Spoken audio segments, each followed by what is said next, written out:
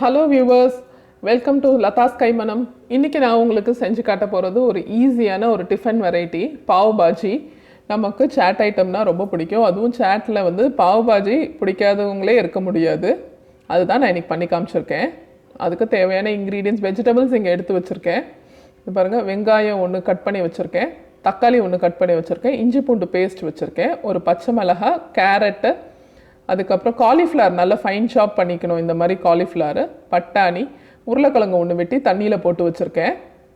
அதுக்கப்புறம் capsicum cut பண்ணி வச்சுருக்கேன். அப்புறம் பீன்ஸ் கட் பண்ணி வச்சுருக்கேன். இதெல்லாம் நம்ம தேவையான வெஜிடபிள்ஸ் நல்லா ஃபைன் சாப் பண்ணிக்கலாம். இப்போது ஃபஸ்ட்டு ஒரு குக்கர் வச்சுக்கிட்டு அதை ஆன் பண்ணிக்கலாம். குக்கரை ஆன் பண்ணிவிட்டு கொஞ்சம் எண்ணெய் ஆட் பண்ணிக்கலாம். ஒரு 3 டேபிள் ஸ்பூன் அளவுக்கு எண்ணெய் ஆட் பண்ணிவிட்டு கொஞ்சம் அது ஹீட் ஆன பிறகு நம்ம வந்து சீரகம் தாளிச்சுக்க போகிறோம். ஒரு டீஸ்பூன் அளவு சீரகம் தாளிச்சிட்டு நம்ம வந்து வெட்டி வச்சுருக்க வெங்காயத்தை இப்போ நான் ஆட் பண்ணிக்கிறேன். வெங்காயத்தை ஆட் பண்ணி நல்லா வதக்கி விடுங்க. வெங்காயம் வந்து நல்ல கலர் மாதிரி நல்லா வதங்கி இருக்குது. இப்போது இது கூட நான் வந்து இஞ்சி பூண்டு பேஸ்ட்டும் நம்ம வெட்டி வச்சுருக்க பச்சை மிளகாய், ஒரே ஒரு பச்சை மிளகாய் வச்சுருந்தேன் இல்லையா, அதை இந்த மாதிரி ஃபைன் சாப் பண்ணி வெட்டி வச்சுருக்கேன். அதையும் இதில் ஆட் பண்ணி நல்லா வதக்கிக்கணும். வதக்கிட்டு அது கூட இப்போ வந்து சில்லி பவுடர் 3 டீஸ்பூன் ஆட் பண்ணியிருக்கேன்.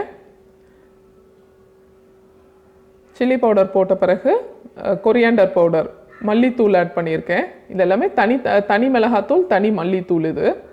அது கூட ஒரு அரை டீஸ்பூன் அளவுக்கு மஞ்சத்தூள் ஆட் பண்ணி நல்லா மிக்ஸ் பண்ணிக்கிறேன். மிக்ஸ் பண்ணிவிட்டு அந்த மசாலாஸ் கருகிறதுக்கு முன்னால் நம்ம வந்து தக்காளி ஆட் பண்ணிக்கலாம். ஜஸ்ட்டு ஒரு மிக்ஸ் பண்ணிவிட்டு அப்படியே நம்ம வந்து தக்காளி ஆட் பண்ணிக்கலாம். தக்காளி போட்டு நல்லா ஃப்ளேம் இன்க்ரீஸ் பண்ணி நல்லா அது வதங்கட்டும். நல்லா சேர்ந்து வரும், நமக்கு எண்ணெய் பிரிஞ்சு நல்லா சேர்ந்து வரும். அது வரைக்கும் நம்ம நல்லா வதக்கிக்கணும். இந்த வெங்காயம் தக்காளி நல்லா வதக்கினா தான் நம்மளோட பாவ் பாஜி நல்லா டேஸ்டியாக இருக்கும். பாருங்கள், இந்த மாதிரி நல்லா எண்ணெய் பிரிஞ்சு வர்ற வரைக்கும் நம்ம வெங்காயம் தக்காளி வந்து வதக்கிட்டு அதுக்கப்புறம் வெஜிடபிள்ஸ் ஆட் பண்ணிக்க போகிறோம். நம்ம எடுத்து வச்சுருக்க வெஜ்ஜீஸ், பட்டாணி ஆட் பண்ணியிருக்கேன் இப்போது. அதுக்கப்புறம் மற்ற எல்லா வெஜிடபிள்ஸுமே லைனாக ஆட் பண்ணிடலாம். பீன்ஸு, காலிஃப்ளவர், அதுக்கப்புறம் கேரட் எல்லாமே நல்ல பொடியாக வெட்டி வச்சுருக்கேன் பாருங்கள். அதை இங்கே லைனாக ஆட் பண்ணிக்கலாம். கொஞ்சம் கேப்சிகம், நம்ம வெட்டி வச்சுருக்க கேப்சிகம்லாம் பாதி இப்போ ஆட் பண்ணியிருக்கேன், பாதி நான் வந்து கடைசியில் ஆட் பண்ண போகிறேன். இப்போது நல்லா மிக்ஸ் பண்ணி விட்டுறலாம். இதை வெஜிடபிள்ஸ்லாம் ஆட் பண்ணி நல்லா மிக்ஸ் பண்ணிவிட்டு நம்ம எடுத்து தண்ணியில் போட்டு வச்சுருக்கோம் இல்லையா, கட் பண்ண பொட்டேட்டோஸ், அதுவும் உள்ளே ஆட் பண்ணிக்கலாம். ஆட் பண்ணிவிட்டு நல்லா மிக்ஸ் பண்ணி விட்டுருங்க. பாவ் பாஜி குட்டீஸ்க்கு, பெரியவங்களுக்குலாம் ரொம்ப பிடிச்ச ஒரு ஸ்நாக்காக இருக்கும். ஆனால் அது நம்ம கடையில் வாங்கினோன்னா எந்தளவு ஹெல்த்தின்னு நமக்கு தெரியாது. இந்த மாதிரி நம்ம வீட்டிலே செஞ்சு கொடுக்கலாம்.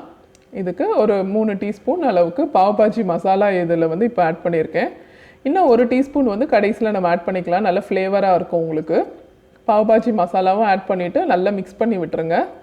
நல்லா கொஞ்சம் வதக்கிட்டு அதுக்கப்புறம் தேவையான அளவுக்கு தண்ணி, இது வந்து நல்ல கொலைய வேகணும் காயெல்லாம் சேர்ந்து.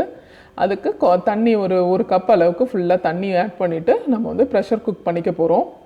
ஒரு 10 to 12 மினிட்ஸ் நல்லா ப்ரெஷர் குக் பண்ணிக்கலாம். அப்போ தான் நல்லா ஸ்மாஷ் ஆகி வெஜிடபிள்ஸ்லாம் நல்லா பாயில் ஆகி வரும்.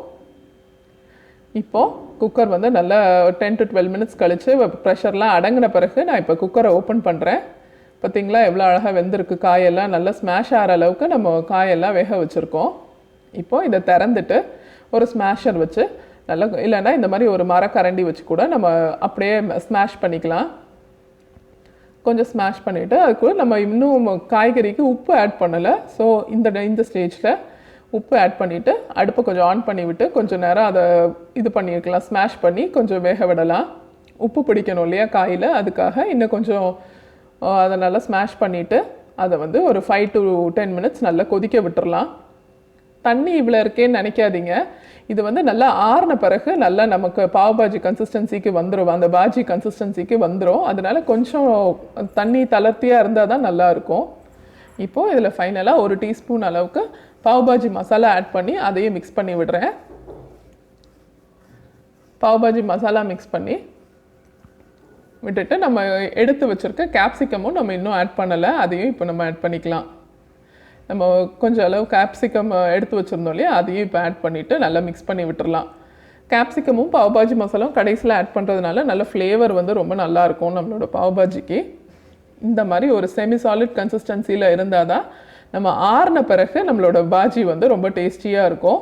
இப்போது மேலே கொஞ்சம் கொத்தமல்லி தூவிட்டு அதில் இன்னும் ஒரு 5 மினிட்ஸ் நம்ம கொதிக்க விட்டுறலாம். கொஞ்சம் எண்ணெய் தெளிஞ்சு வர்ற வரைக்கும் நம்ம கொதிக்க விட்டுறலாம். இப்போ பாருங்கள், நல்லா எண்ணெய் பிரிஞ்சு வர்ற வரைக்கும் நம்ம கொதிக்க விட்டுட்டு இந்த மாதிரி ஒரு பாத்திரத்தில் நம்மளோட பாஜியை எடுத்து வச்சுக்கலாம். இது நான் எடுத்து வச்சு ஒரு 3 to 4 hours நல்லா ஆறி இருக்குது. இப்போ எந்த ஸ்டேஜில் கன்சிஸ்டன்சியில் இருக்குது பார்த்தீங்களா நம்மளை பண்ண பாஜி. இப்போ பாவ் பன் இந்த மாதிரி கிடைக்கும், வாங்கி வச்சுக்கலாம். இது பட்டர். இப்போது நம்ம பாவ் பாஜி எப்படி ரெடி பண்ணலாம் அப்படிங்கிறத பார்க்கலாம். இப்போது இந்த பாவ் பண்ணை வந்து நம்ம ஃபஸ்ட்டு டோஸ்ட் பண்ணிக்கலாம். இந்த மாதிரி 2 கடையில் தருவாங்க இல்லையா, அந்த மாதிரி நம்ம பிரித்து எடுத்துக்கலாம். எடுத்துட்டு நடுவில் இந்த மாதிரி நம்ம கட் பண்ணிக்க போகிறோம்.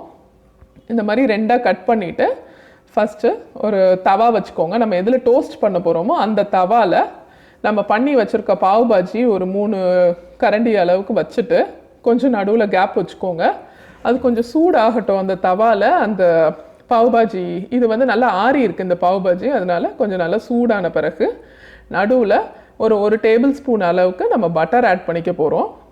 பட்டர் ஆட் பண்ணி நல்லா மிக்ஸ் பண்ணி விட்டுருங்க. கடைகளில் இதை விட நிறையவே பட்டர் போடுவாங்க, அதுதான் அந்த டேஸ்ட் வந்து நல்லா இருக்கும். இன்னும் கொஞ்சம் நமக்கு பட்டர் உங்களுக்கு விருப்பமாக இருந்ததுன்னா நம்ம ஆட் பண்ணி நம்ம வந்து மிக்ஸ் பண்ணிக்கலாம். பட்டர் எவ்வளோ ஆட் பண்ணுறோமோ அந்த அளவுக்கு நமக்கு டேஸ்ட் ரொம்ப நல்லாயிருக்கும் நம்மளோட பாவ் பாஜியோட டேஸ்ட்டு. இந்த மாதிரி ஒரு 2 மினிட்ஸ் நல்லா அந்த தவாவில் குக் பண்ணிவிட்டு அப்புறம் அதை வந்து ஒரு நம்மளோட சர்விங் பிளேட்டுக்கு மாற்றி எடுத்து வச்சிடலாம். இப்போ இதே தவாவில் தான் நம்ம டோஸ்ட் பண்ணணும். ஒரு டீஸ்பூன் அளவு பட்டர் ஆட் பண்ணிவிட்டு நம்ம கட் பண்ணி வச்சுருக்கோம் இல்லையா பாவ், அதை வந்து நல்லா இந்த மாதிரி அந்த கிரேவிஸ்லாம் வந்து கொஞ்சம் அந்த பன்னில் படுற மாதிரி கொஞ்சம் ரோல் பண்ணிவிட்டு அதுக்கப்புறமா நம்ம வந்து அதை டோஸ்ட் பண்ணிக்கலாம். அதை 2 சைடும் பட்டர் போட்டு நம்ம டோஸ்ட் பண்ணிக்க போகிறோம். இந்த சைடு அந்த சைடு 2 சைடும் நல்லா திருப்பி விட்டு டோஸ்ட் பண்ணுங்கள் பன்னை, அப்போ தான் நமக்கு ரெடி ஆகும். இந்த மாதிரி நல்லா 2 சைடும் டோஸ்ட் பண்ணி நம்மளோட பாவ் பன் வந்து ரெடி பண்ணிக்கலாம். அப்புறம் அதை வந்து நம்ம சர்விங் பிளேட்டில் அப்படியே மாற்றிக்கலாம். நம்மளோட பாஜி எடுத்து வச்சுருக்கோம் இல்லையா, அந்த சர்விங் பிளேட்டில் இந்த பன்னையும் நம்ம வந்து எடுத்து வச்சிடலாம். இப்போது சுவையான பாவ் பாஜி ரெடி ஆகிடுச்சு. இது ட்ரை பண்ணி பாருங்கள், எல்லாருக்கும் ஃபேவரட்டாக இருக்கும் இது உங்கள் வீட்டில். இது வந்து நான் கொஞ்சம் ஆனியனையும் லெமனும் கட் பண்ணி தான் சர்வ் பண்ணுவாங்க, அந்த மாதிரி நான் இதில் வந்து சர்வ் பண்ணியிருக்கேன். இந்த ரெசிபி பிடிச்சிருந்ததுன்னா லைக் பண்ணுங்கள், ஷேர் பண்ணுங்கள், கமெண்ட் பண்ணுங்கள், என்னோடய சேனலுக்கு சப்ஸ்கிரைப் பண்ணுங்கள். தேங்க்யூ.